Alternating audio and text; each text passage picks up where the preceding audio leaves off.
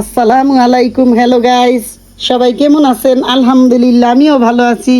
আজকে আমি রান্না করব মুরগির কলিজা গিলা ভুনা।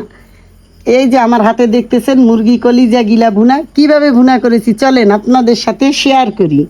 চুলায় বসাই দিছি কড়াই, এখন দিয়ে দেব পানি।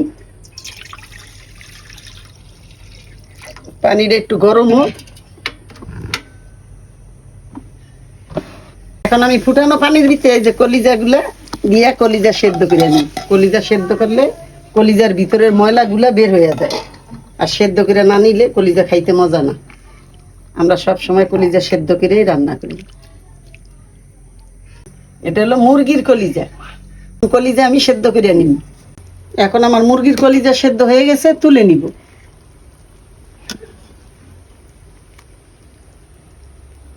তুলে ঠান্ডা পানি দিয়ে সুন্দর করে আবার ধুবো। এই যে আমার কলিজা সেদ্ধ হয়ে গেছে, এখন ঠান্ডা পানি দিয়ে আমি সুন্দর করে ধুয়ে নিব। গাইস, এই যে আমি কলিজা গিলা সেদ্ধ করে এই যে সুন্দর করে ধুয়ে নিছি। চুলায় কড়াই দিয়ে দিছি, এখন দিয়ে দেবো আমি সয়াবিন তেল।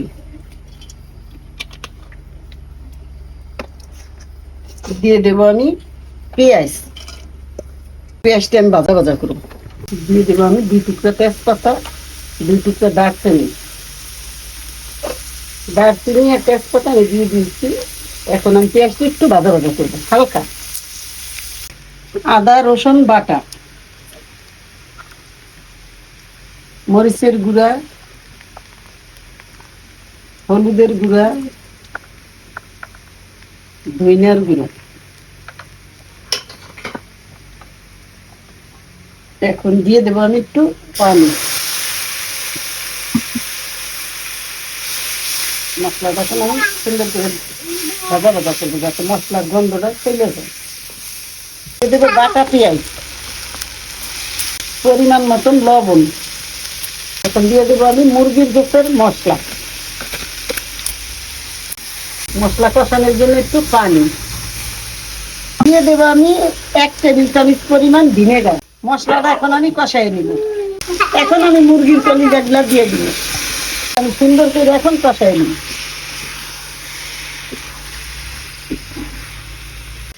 কলিজা কষানো হয়ে গেছে, দিয়ে দেবো আমি পরিমাণ মতন ঝোল। এই যে গাইস, আমার কলিজা ভুনা করা হয়ে গেছে। এখন আমি দিয়ে দেব শুকনা ভাজা মরিচের গুঁড়া। এটা দিলে কিন্তু খাইতে অনেক মজা লাগে, আর ঘ্রাণ অনেক সুন্দর।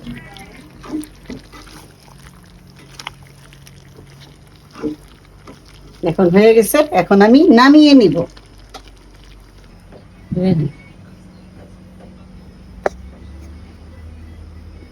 এই যে গাইস, আমার কলিজা ভুনা হয়ে গেছে।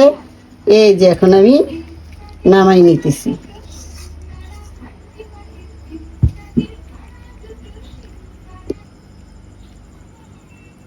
ঠিক আছে না? এটা কি মরিচ দিই না? গাইস, এই যে আমার মুরগির কলিজা গিলা একসাথে আমি সেদ্ধ করে ভুনা করেছি। এইভাবে করে আপনাদের বাসায় যদি মুরগির কলিজা গিলা থাকে, এইভাবে সেদ্ধ করে সুন্দর করে ভুনা করে খাইয়েন। আর এই ভিডিওটা যদি ভালো লাগে বেশি বেশি করে শেয়ার করে দিবেন, কমেন্ট করবেন, লাইক দিতে ভুলবেন না। আগামী ভিডিওতে দেখা হবে। আল্লাহ হাফেজ।